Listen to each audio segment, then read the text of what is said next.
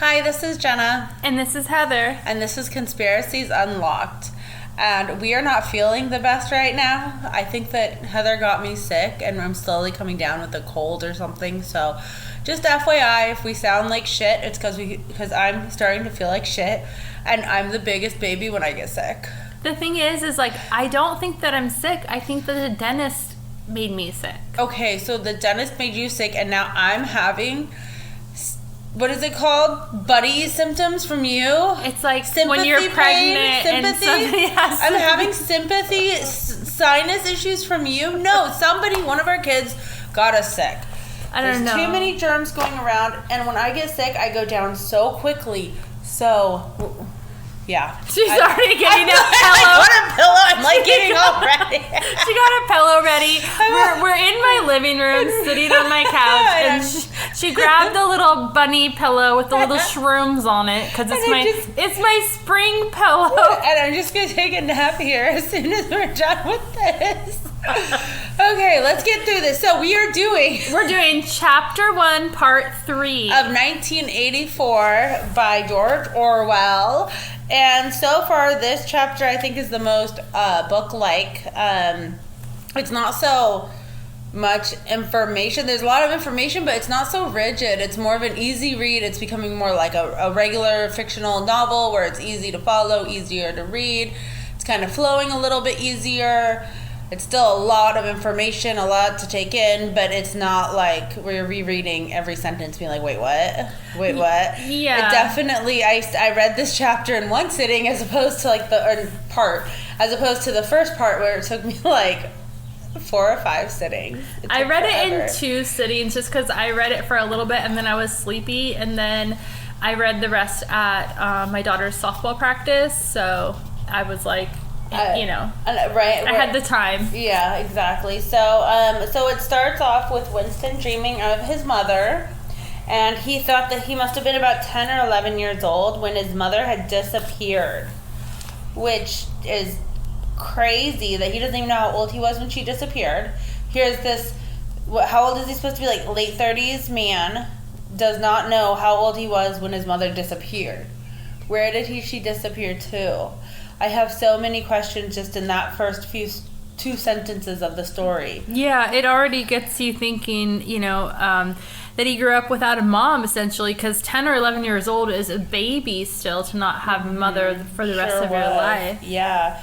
So, she was a tall woman, silent. His father was dark and thin.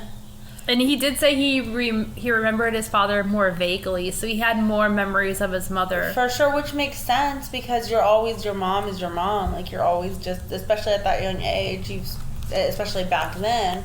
Yeah. The main caretaker is always mom. And it seemed like the dad was probably working a lot because the way that he describes his father is that he was always dressed in neat, dark clothes. And he was, a thin man, and he had very thin soles on his shoes. So, that's something really random to remember about your father. You only have this short amount of time that you have any memories of him, and that's what your go-to memory, that's the most memorable thing. I took it as, like, his father was always working and maybe trying to, like, provide for them, and that they didn't have a car or bicycle or vehicle or anything of the sort, because if his soles of his shoes were worn down, he must have walked everywhere, and he probably only had one pair of shoes. Yeah, and back then you have to think that even though this book is set in 84, when he was 10, that was 30 years prior to the 50s. There wasn't a lot of cars. I mean, there were, but it was like there weren't, especially depending on where they live. If it's in a big city or in a rural area, there won't be a lot of cars. And then also if there's already like war and going on and stuff, like they probably were on the poorer side. It doesn't sound like his dad worked for like any of the ministries or anything. I don't know. I don't even think maybe the ministries hadn't even happened yet. Yeah, I don't know. Yeah, because then it goes on to say that the 2 of them must evidently have been swallowed up in one of the first great purges of the 50s. So, sometime in 1950s, they must have had several great purges, and this was one of the first ones that they must have. So he still doesn't really know. So it's like he doesn't even really know where his parents, how they passed or where they went or anything. Yeah, and this is all just a dream as well. Yeah. He's still dreaming. So, and then it goes on to say that he had a little sister and he doesn't remember her barely other than just being a really tiny, feeble baby. So, essentially an infant. Yeah, that's sad to think that he had a little baby sister. Yeah. Because what happened to the baby? Yeah, I mean, and that's so the baby. They show, he sees the mom and the baby, the mom holding baby and looking up at them with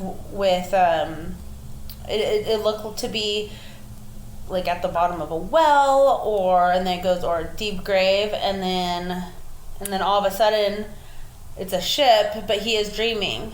So it's just kind of going like the way your dreams will your mind will wander to different things. All of a sudden you're in a field, and then the next second you're like running through a forest, and you're like, but wait, I was just in the desert, I was just here. Yeah. Dreams are really weird like that. So I think that's what that is. But what was interesting is that they're all looking down or up at him, and he's looking down, and they're just slowly going into the water and disappearing. It's like forever. They're dying or something. Yeah. Because he did say the word grave. So. Yeah. And so he was out in the light and air while they were being sucked down to death. And they were down there because he was up there. He knew it and they knew it. And he could see the knowledge in their faces. There was no reproach either in their faces or in their hearts. Only the knowledge that they must die in order that he might remain alive. And that this was part of the unavoidable order of things. Wow, that's really Isn't powerful that, if you think about it, because that's unavoidable. This has to happen. He has to live. They have to die, and that's just the way it is. So, do you think that dream is a flashback of what happened? Like, do you think that he almost they were being taken away, and that's the last view that he had of them while they were being taken away to the purge, wherever that is? And he really did see their eyes and the way that they were looking at him. I think that Winston was looking at them being like, I don't know what to do. And maybe the family was like, well, I'm glad that you get to survive. You have to survive. We have to die in order for you to survive. That's the only choice. I think that, the way that dreams kind of reflect your life and what you're feeling and dealing with in your day-to-day life, it comes out in your dreams or your past memories. I definitely do think that this is a reflection of what really happened, and maybe that is the last thing that he remembers from them, and he's reliving it in his dream, he's just reliving it. Yeah, just over and over again. And he's probably wondering too where they went, so of course he's going to dream about it because subconsciously he's thinking about it, what happened to them. So it's going to come up while he sleeps, because that's when our subconscious mind, it starts kind of reflecting on all of that. It comes to life. And then he goes on to explain that was the last time that he could really feel unconditional love, and that you were able as a family to be a team, stand together, and that just the love, that feeling of being able to love. Because now, 30 years later, Winston no longer had that freedom. Nobody did. There was only fear, hatred, and pain. There was no dignity of emotion or deep or complex sorrows. There was nothing. There's nothing. You are not allowed to feel love. You are not allowed to feel anything. You are supposed to just do this, do this, do this. There's no individualization. There's nothing. You're just part of the system. And even if you did have those thoughts, I feel like the thought police would probably come for you and try to, Yeah. Because you're not, like you said, you're not allowed to. So that's probably a violation right there in itself. Just even having any emotions or feelings. Whenever I think of this, I think of a crayon box. Oh. And the crayon box all being the color brown. Mm-hmm. And not allowed to have red and blue and anything else. Everybody's just the same color crayon. Mm-hmm. All brown, all bland, all nothingness. And they're all uniform to look, act, and be exactly the same. You can't be bright and yellow You can't be mad and red and angry. You're not allowed to be blue or sad or pink and loving. You have to just be brown, like shit. Shit. It's just so boring to like live in a world like that. Like, it is. How sad. It would be like a jail. Like basically your home is your jail. Everything is a jail. Yeah. Like you're that really what this world is a jail. It's like your own little version of hell. Everyone is stuck in it in the same nightmare. Yeah. It's really sad. It's a sad story, really. Yeah, for sure. But he does have recurring dreams of what he calls the golden country. Did you get to that part? Yeah. Am I missing anything? That was no. The next thing I did definitely also have that noted, that he was waking up in his thoughts that he called the golden country, and that was just trees and rivers, animals, forest, all this this imaginary place just out of reach.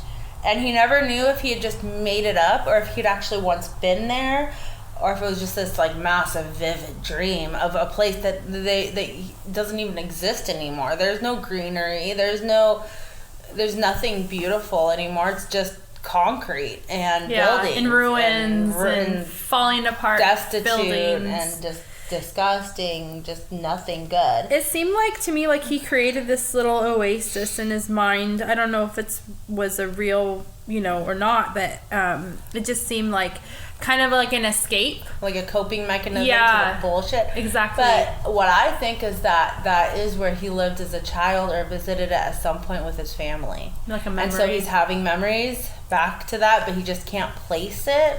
Yeah. Well, because he's so controlled everyone's memories, or you don't know what to believe. No one would know what to believe. And so then his dream continues with a girl walking toward him and taking off her clothes, and he's not looking at her like in a sexual way or in a ooh la la or anything like that. It was almost he's looking at her with admiration, and it's almost as if she is like this symbolic person who is breaking away from Big Brother and the thought police, and she's just breaking free. That's how I understood it, that she was just doing her own thing, and it was like a symbol for him that there is hope left within himself, that he could break free possibly in his dreams. Yeah, and it does say in here, with grace and carelessness, it seemed to annihilate the whole culture. A whole system of thought, as though Big Brother and the party and the thought police could all be swept into nothingness, but just by a single splendid movement of the arm. So I guess it was the way that she was like moving, and that he just saw like she was free. Yeah. And just free. And everything was just this is swept like a away. Really like a freeing dream for him of, just a lot of emotion of looking at what happened to his family, and then looking at the golden country, and then looking at this girl that's able to be free. And then he awoke with the word Shakespeare on his lips. And I think, to me, that's I think he's having memories.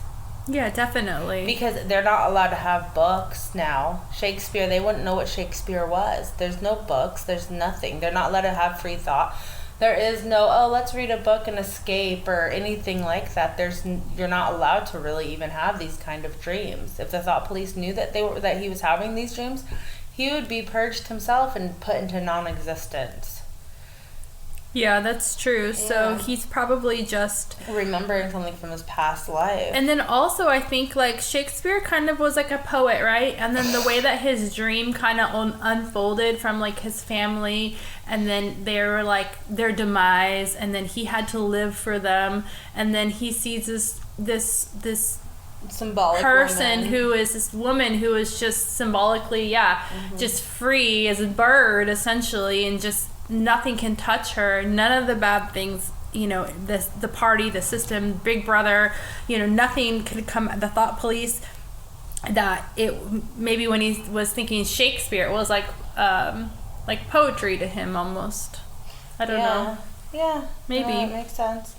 So then all of a sudden, telescreen wakes him up. Do you have anything else to say about the dream? No, I mean, I was all right with you with the telescreen, you know, ruining his nice dream, of course, with its loud whistle. And for 30 seconds, the whistle went off, and then... It's like your alarm clock in the morning. It is. Like, shut up. Right? You just screwed up I had this nice, beautiful dream. Yeah, I've been snoozing, like, hitting the snooze, and then turning off my alarm for, like, 30 minutes, and, like, actually going through. And I swear, I closed my eyes for, like, 2 seconds, and it's been 30 minutes. It's already going off again. I'm like, what the fuck? Let me just sleep. I can't wait for the weekend. I know. And not even this weekend, because Max starts soccer at 7:30. We have to be on the field, and it's a half an hour away from our house. So we're gonna wake up like 6 in the morning, which is way earlier than I usually wake up. Early. It is really messed up, and it's his like hell week type thing. Sure. So for 3 weeks, he has to be there for 5 hours every Saturday. That is Poor insane. 6-year-old, huh? For 6 years, I guess they take soccer really seriously. Well, I signed him up for it because I want him to get better, because he's kind of like not. He has fun doing it. He's not the competitive type. He just likes to run with the ball. He's like a puppy, just running after the ball, like, ball, back and forth, and he has no idea where he's going. Or I wonder how many of our listeners would say football instead of soccer. Because usually it's like football and everywhere else except for America, except for soccer. Soccer. That's funny. Yeah. So, anyways, they woke him up at 7:50. In fact, woke up all office workers at 7:50. Yeah, that's the wake up call. And then get this, he woke up naked because he was part of the outer party, not the inner party, or the better like up theirs. So he only got 3,000 clothing coupons a year, and the pajamas were 600 coupons. So a fifth of his coupons would have to go to pajamas if he chose to wear it. That is insane. So it's like you pretty much only can have your work clothes. That's probably why everyone just wears the same shit. Yeah, because that's all they can afford is to get their uniforms. Yeah. And then even when you go to the store, it's probably all the same thing. It's just like being in the military or whatever, like they have to pay for their own... Yeah, they have to pay for... And I tripped out on that. I always thought that, until I knew people that were in the military, I always thought that you get, stuff issued to you. And I'm sure you do get some stuff. I don't know everything about the military, but I remember specifically, like, someone was going to get some kind of... I don't know what they're called, decoration for their uniform. Yeah, like a medal or a patch or whatever. Patch. Yeah. And they had to buy it, even though they were awarded it, they had to buy it themselves. And I was like, what? They don't just give you that? Yeah. I'm sure, like, if it was, like, something big, like a Medal of Honor or some, like, I don't know, like a purple heart. Like, they give it to you. But this was just, like, and not to lessen any patches or anything, but it was just... like maybe the next rank up, or like I don't know, whatever. You have to buy it, and they had to buy it. I was like, wait, what? And I want to believe, and I don't know if this is true or whatnot, but like maybe you do get like 2 uniforms issued to you, but if you want to get more, then you have to buy those. I'm not sure, like because you have to do like a standard issue of something. Do you end up returning them out? Don't you have to return it all? It's not like it's yours forever. Oh, you know what? I bet that the shirts underneath are yours forever, because there's no military markings. They're just like Hanes. I mean, they're not Hanes. I don't think they're probably on the back. Just like the plain. They're just shirts, like the plain under. I don't know, but I just started to think of military guys in their plain little shirt, like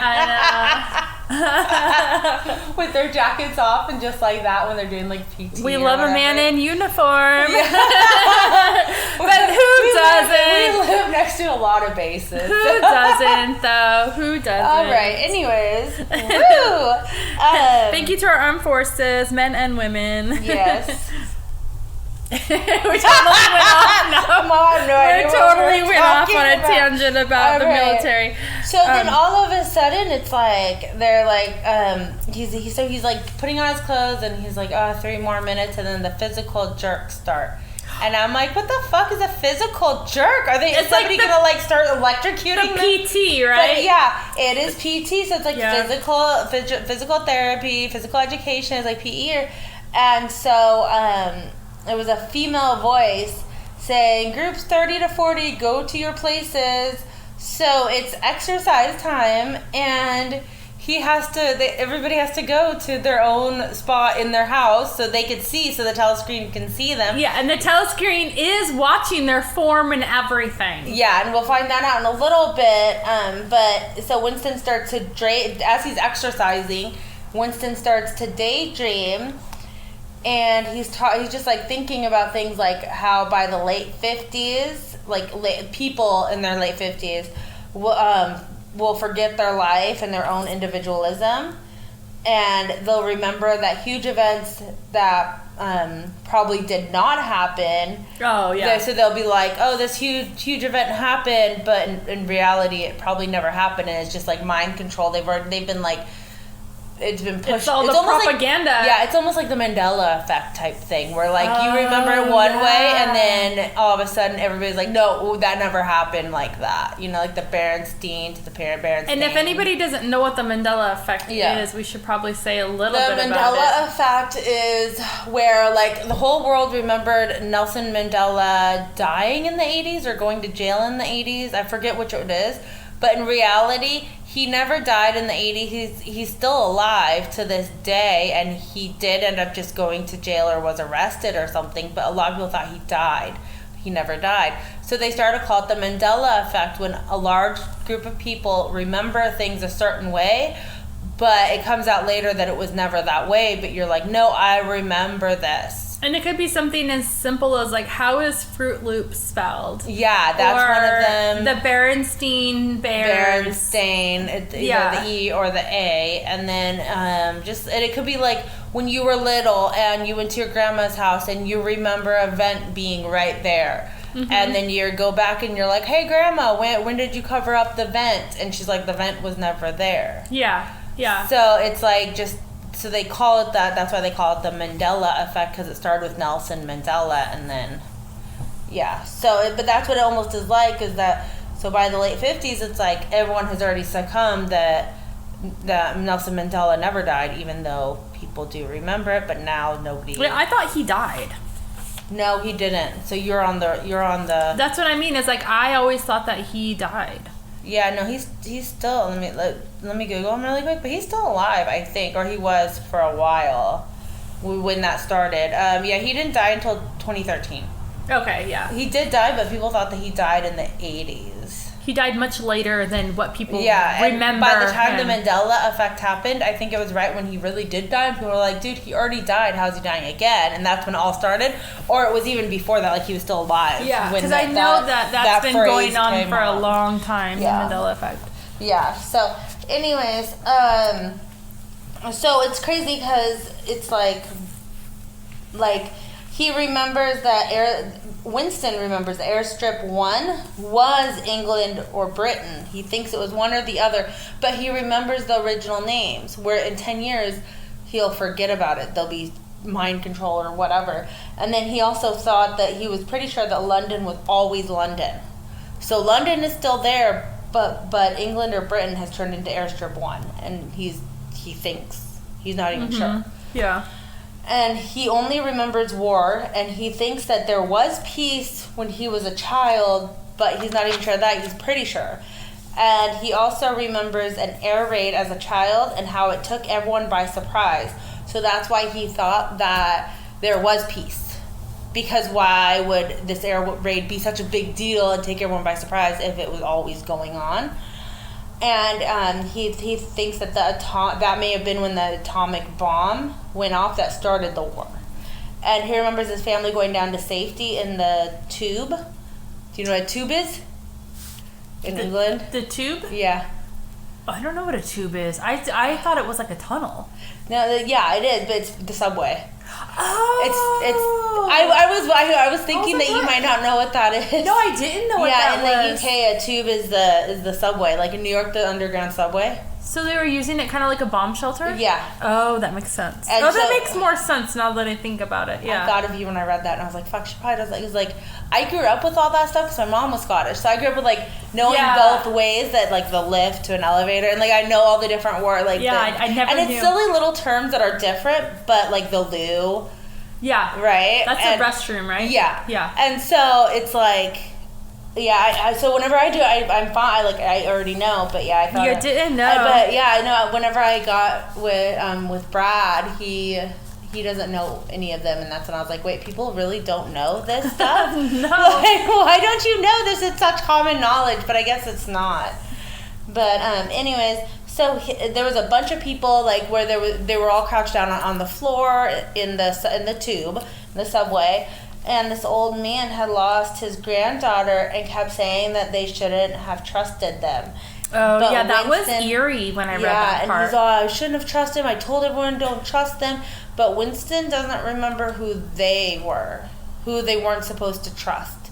So it'd be like us now. Don't trust the government. Like, you know, the really crazy conspiracy theorists that are like, don't trust the government. Don't trust this person. Don't trust this. Don't trust that. Don't, you know. And this would be... the only thing he says that is like I thought was kind of funny. He says we ought to have trusted the buggers, and he kept calling them buggers. Buggers. Like he was just like that was like his swear word was like a bugger. Buggers. Yeah. So I'm like, who is a bugger? Yeah. Then. Wait. Yeah. Okay. No written word was ever documented. So this atomic bomb, all this stuff was never documented, and that's why he doesn't quite remember when everything started. Once a war was like over, they just moved on to the next war. So right now they're currently at war with Eurasia and in alliance with East Asia, but so that's it. It's like any other agreements, any other pacts, anything else was just null and void. As far as everyone was concerned, this is the way it's been and this is the way it's going to be. But it seems like war just never stopped. It's just one big war. Yeah, there's no talk that all three were ever at peace. And then Winston still has memories, and he knows that it's only been this way, like we're alliance with East Asia and war with Eurasia. He knows that it's only been like that for maybe 4 years. So he remembers, but according to everybody else, it's always been like this. Yeah. We've always been at war with Eurasia. We've always had an alliance with East Asia. But isn't that because it said that his memory hadn't been satisfactory under control? Yeah, no, it hasn't been, because he's still grabbing onto, like, he's still able to get memories from the past. So for some reason, they weren't able to completely... not wipe his memory, but yeah, they weren't able to. I wonder why he's like has more of a strong will. Yeah, he has or something. More strong something, and maybe it is due to the fact of his mother's unconditional love and caring, and you know the fact that he even remembers that. Yeah, and I think that memory gets messed up when like people don't use their minds. My by reading, writing, doing puzzles, word searches, just basic free thinking, even imagination. My aunt has always told me that it helps with dementia and Alzheimer's, because like just doing puzzles and reading and doing things like exercising your brain. Oh, definitely. And so that's part of what's going on here, is that they're not allowed to exercise their brain, so they're just forgetting everything, and it's easier to mind control and kind of erase the old stuff and put in new stuff, because they're not using it. Really and good point. He's fighting to use his brain. He's like going out of his way trying to like get the diary, and get the pen, and so he's doing things that he's not allowed to, and he's going out of his way to like be sure that he doesn't forget everything. Yeah, he wants to remember as much as he can. Yeah. And he wants to not necessarily rebel. He just wants to be like a human. Like he wants to be his own person. Individual. Be individual. Yeah, be his own person. Yeah, exactly. Be his own person. And so then he says, if the party could thrust its hand into the past and say of this or that event, it's never happened, that surely was more terrifying and more torture than mere torture and death. And that's what the book is saying. So it's literally saying, like, if the party can change everything, that's worse than just death, because they're pretty much like, there's no point in living at that point. So it's almost like Winston is catching on. He just doesn't know how he's catching on to why everything is bad. Like, he knows something's not right. He understands it and he's trying to figure it out, but his memories are so fucked up by now that he can't figure it out. You know? It's like, you, at that point, you wouldn't know what was reality and what was, you know, indoctrined, like what was put into his mind, and he doesn't know what's real. So he's trying to write in his diary anything, or just to remember things, and that way he can try to figure out what exactly is happening in the past and what is real and not real. Yeah, and the party had said that Oceania had never been in an alliance with Eurasia, but he remembers it. So he is remembering shit, and he's like, no, this isn't right. Somebody's lying to us.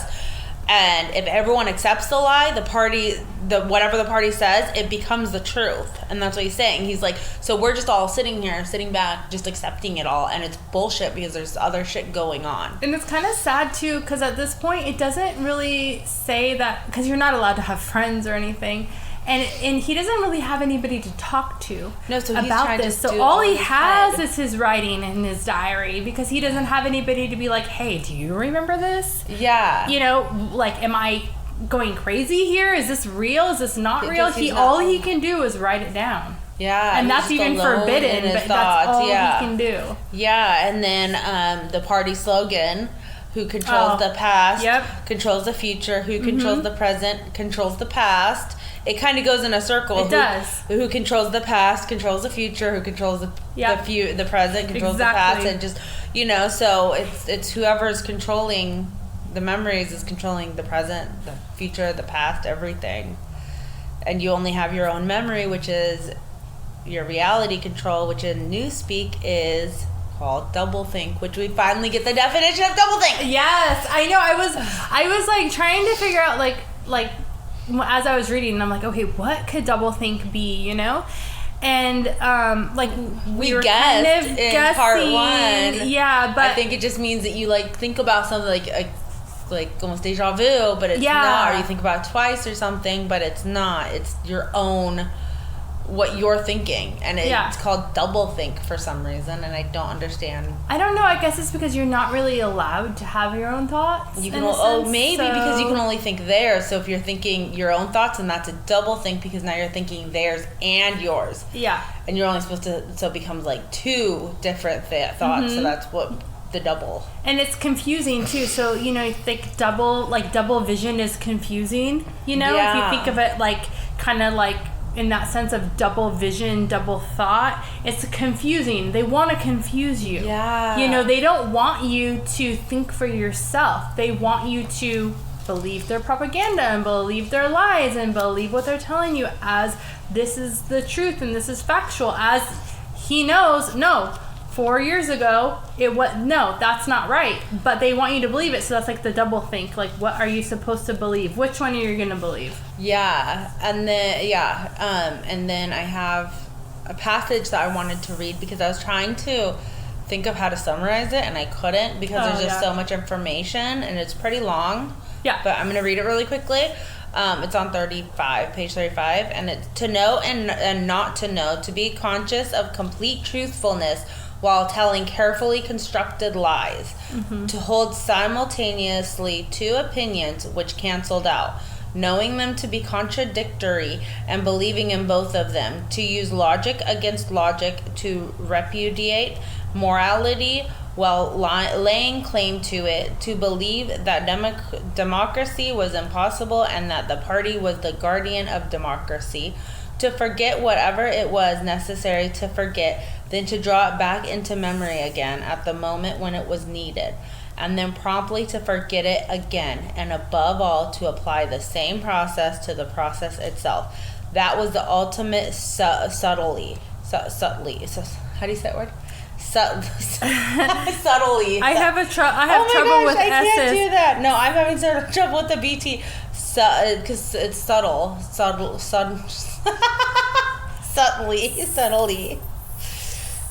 Sublettedly. Sublettedly. Subtlety. I know how to say it. It's just that my mouth isn't. I can say it in my head, but my tongue isn't, and my mouth isn't working. Anyways, we'll subtly, consciously to induce unconsciousness, and then once again to become unconscious of the act of hypnosis you had just performed. Even to understand the word doublethink involved the use of doublethink. Exactly. That's the only way to because I was trying to define it, and that's really you can't this whole paragraph is a definition. It's thinking two different things, and it's a lot to it messes with my brain. We're gonna double think on that. Yeah, we're gonna double think on that one because what messes with our brains trying to think about it is that it's such a foreign concept to us to not be able to read and to have our own thoughts and to be individuals. Yeah, that's just very such a foreign. I mean, we said that it was like jail a few minutes ago, but even in jail they can write and have books, and that is their escape. It's like a mental hell. Yeah. I mean, it's a total mind fuck. Yeah. I mean, they're really, it's really bad. Oh, and then guess what else I found out? Earlier in part 1, they kept saying ingsoc, INGSOC. What? Yes, what? I never understood what that is. I figured it out today. On the page 36, it explains it. No. It says, Ingsoc means English socialism in old speak. So in Ingsoc is new speak. You know how they new speak? They keep just merging words together. It means English socialism, and that it's is a word. Awesome that you found that, because honestly, I missed that. I did miss that, and that's why it's good that we're both reading the book, because you're gonna pick up on things, and I'm gonna pick on things, and we're gonna perceive things a little bit differently too. And I didn't see that. I don't know how. Yeah. So and the reason that word comes up is because Winston remembers the before and the after, but not the definitive line when everything went bad. So it must have been so gradual, just little things. Yeah, that's how they're gonna do it. Just little by little. Take away this, take away that. 1 year, take away this. The next year, take away that. I feel like here, though, it was more sudden than gradual, just because it did go from within 40 years. But you think about it, 40 years ago from today, before the 40. Time does pass 1980 to 2020, that's 40 years. What were we able to do in 1980 that we're not able to do now? That's true. We were able to go fishing without a license. Fishing without a license. But you know what I mean? I'm pretty sure we had to have a license in the 80s to Did fish. you? In the ocean? No, not in the ocean. You have to in the ocean now. No, you don't. Yes, you can pier fish without a license. You're supposed to go to like a Sports Authority, a Walmart, and get a license. Since when? As long as I have fished. No, that's not right. I swear to God. Hold on, we're gonna Google it because nobody believes me. Hold on, we're gonna Google it.